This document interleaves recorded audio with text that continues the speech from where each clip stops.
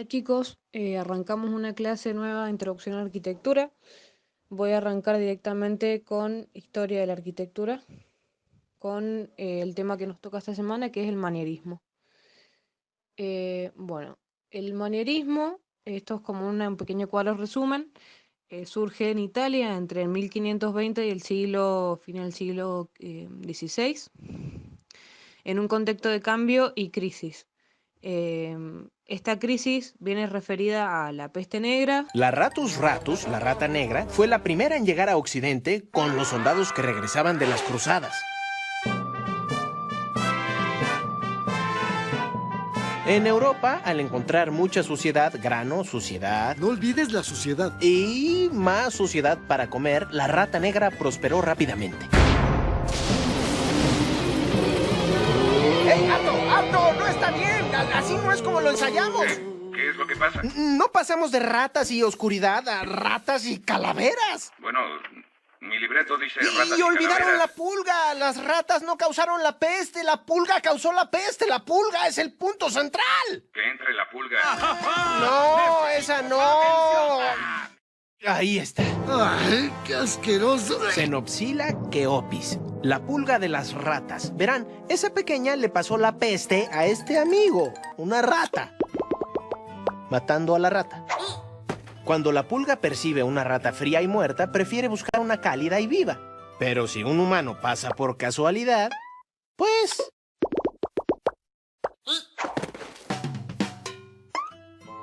De 1347 a 1352, la peste, o la muerte negra, mató a 1/3 de la población de Europa del siglo XIV.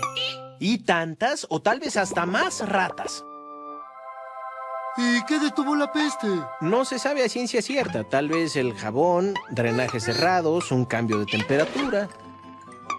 Y otros creen que fue él. Ratus norvegicus, la rata marrón, mejor conocida como la rata noruega. Aló, anda. Somos nosotros, ¿verdad? ¡Exacto!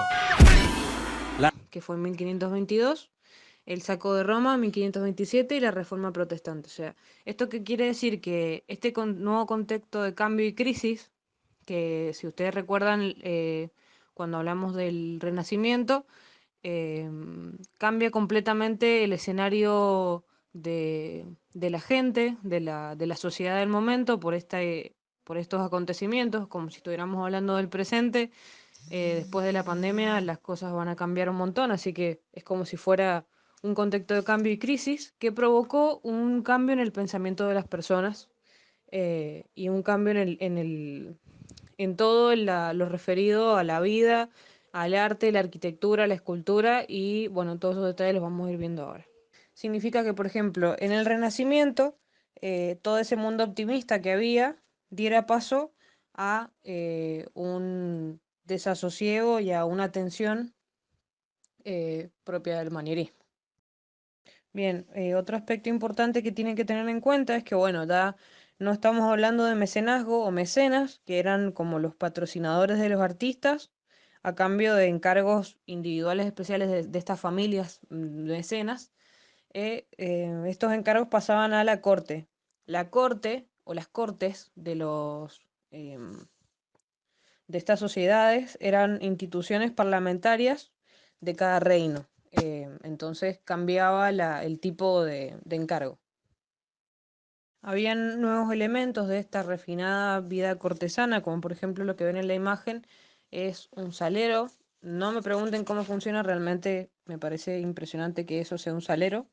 Lo tienen en la foto de la guía, salero de oro de Francisco I de Francia con Neptuno y Anfitrite.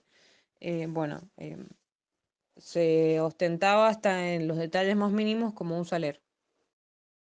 Los elementos propios del manierismo son el anticlasicismo, que hablaba de una contención y serenidad eliminada. Se pierde el valor del modelo de la antigüedad, sin perder el valor del modelo de la antigüedad, y bueno, se pierde esta contención y esta serenidad. Y un antihumanismo, en donde también se elimina la razón y el libre albedrío que caracterizaba el Renacimiento. Los pintores que trabajaban con el género religioso muestran cada vez menos interés por el mundo de la naturaleza y más por el del espíritu. Por eso se deja de prestar tanta atención a las proporciones matemáticas y se alarga el canon corporal, expresando un espiritualismo más intenso. Esto se los puedo mostrar con el tema de la pintura. Bueno, acá pueden ver el número de oro como proporción matemática que se usaba con el Renacimiento. Se elimina esa proporción áurea y se busca alargar el canon corporal. Por ejemplo, en esta pintura lo pueden buscar y lo pueden encontrar como Virgen de cuello largo. Miren, las proporciones son muy alargadas y demuestran ese espiritualismo del que les hablé recién. Bueno, para dejar un poco en resumen las características principales, hay un reemplazo del color real, por ejemplo, en lo que están viendo en imagen, que es el descendimiento de la cruz. Hay un uso de colores arbitrarios. Intenta huir de lo real, por eso son ese tipo de colores. Hay una búsqueda de complejidad compositiva que se le llama serpentinata. Serpentinata porque tiene forma sinusoidal o de S. Hay bueno, por ejemplo, ahí ven la tensión de las líneas y la tensión de la composición. Y hay escorzo. Les voy a mostrar ahora un poco lo que sería escorzo. Estos serían ejemplos de dibujos sencillos de cómo sería el escorzo. Es un recurso para dar sensación de profundidad. Proviene del italiano scorciare y se utiliza para hacer referencia a un cuerpo no simplificado en posición oblicua o perpendicular a nivel visual. Es un recurso del dibujo, precisamente. Y que también se usa, bueno, en las pinturas del manierismo de la época, esto era muy, muy usado. Por ejemplo, pueden verlo en el rapto de las Sabinas, que así se llama esta escultura. Se ve claramente el sinusoide de lo que les explicaba hace un ratito, y se ve como la tensión y la temática que usa ya no es el Renacimiento, ya no es ese orden ni ese equilibrio, sino que trata de lo contrario, por esta nueva sociedad y este nuevo pensamiento. Esto que les estoy mostrando se ve reflejado no solamente en la escultura. Bueno, acá tienen la misma escultura de varias perspectivas, sino que también se ve reflejado en la arquitectura.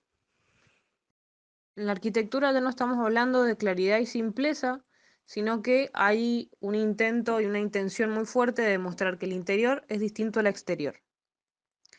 En el ejemplo, que es en la obra de Viñola, ustedes van a ver que, bueno, por fuera se ve un pentágono bastante recto, que cuando ingresan se encuentran con esto, completamente diferente. Esto es una perspectiva de la época con un corte. Estas son las características principales. Hay una fuerte tensión y falta de claridad formal en la morfología del edificio. Hay un dinamismo muy marcado. Bueno, lo que les decía, una intención muy fuerte de hacer que el interior sea muy diferente al exterior, lo que causa sorpresa y desorientación en el usuario, en el que lo habita. Bueno, acá hay unas pequeñas características de lo que sería más o menos la planta. La planta se desarrolla como un pentágono en donde se abre un patio central. La fachada es esta que vemos acá.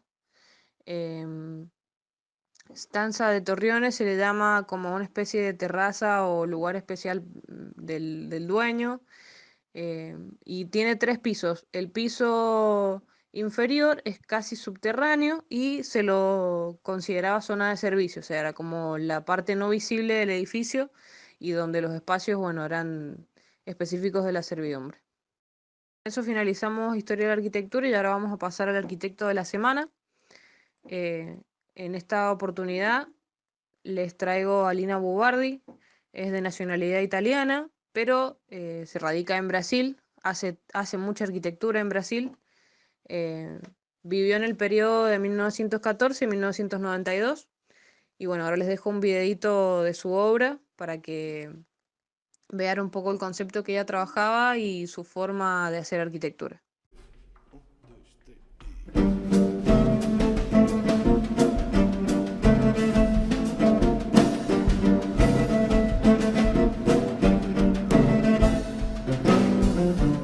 Conocí a Lina porque era una presencia muy fuerte en Bahía cuando yo tenía 18 años y Lina para mí era como una entidad así.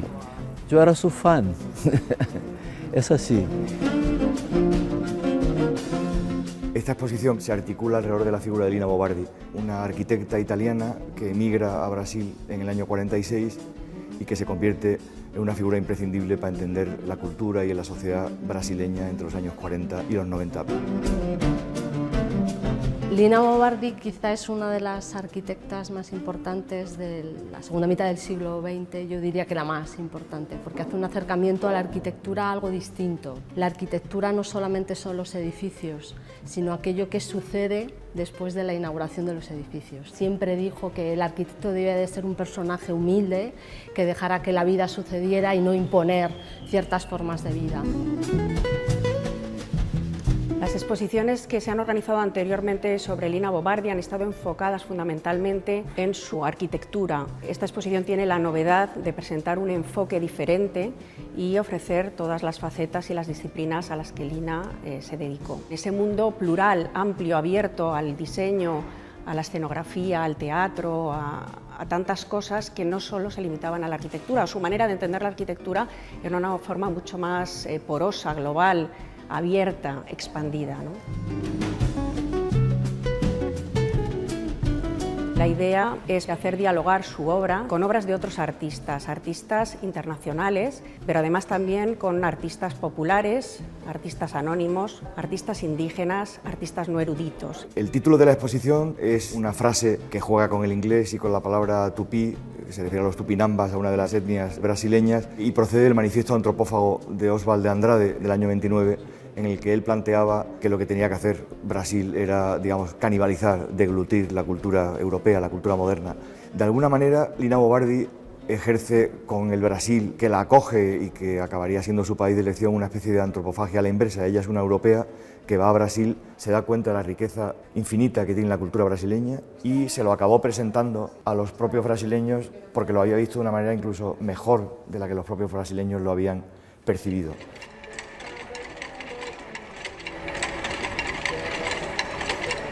Lina Bo Bardi en realidad llegó a Brasil para descubrirle a los brasileños lo que era su país.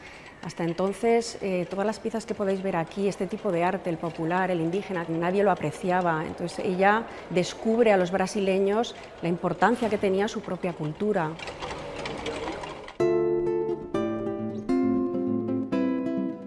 Yo creo que Lina fue una activadora cultural muy potente. La importancia que tiene en la creación de la cultura bahiana, toda esa fuerza, digamos, que la incorporan los tropicalistas, ¿no? Estos grupos donde estaban pues, Caetano Veloso, Gilberto Gil, Gal Costa, etcétera, que habían conocido a Lina en Salvador de Bahía, que les había emocionado toda la activación y cómo habían conseguido que Salvador de Bahía fuera un referente o se pusiera en el plano, digamos, del circuito del arte. A partir de lo que hizo en Bahía, hubo cambios que tuvieron peso nacional y después internacional. Esto tiene un efecto así social, de habilitación de toda una generación que tiene consecuencias importantes en la formación de la sociedad. Después, cuando llegó la dictadura militar, todo se fue, pero no se va. Es como una semilla, está allí, entonces después las cosas crecen. Ella fue una persona civilizadora.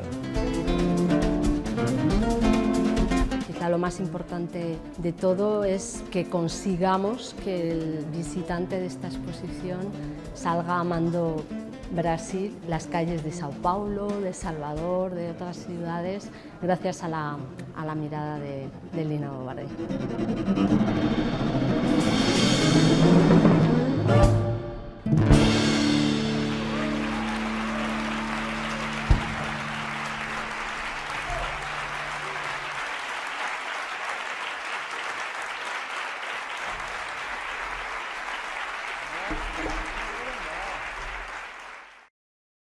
Bien, ahora vamos a pasar a un tema de introducción que vamos a ver de figura y fondo.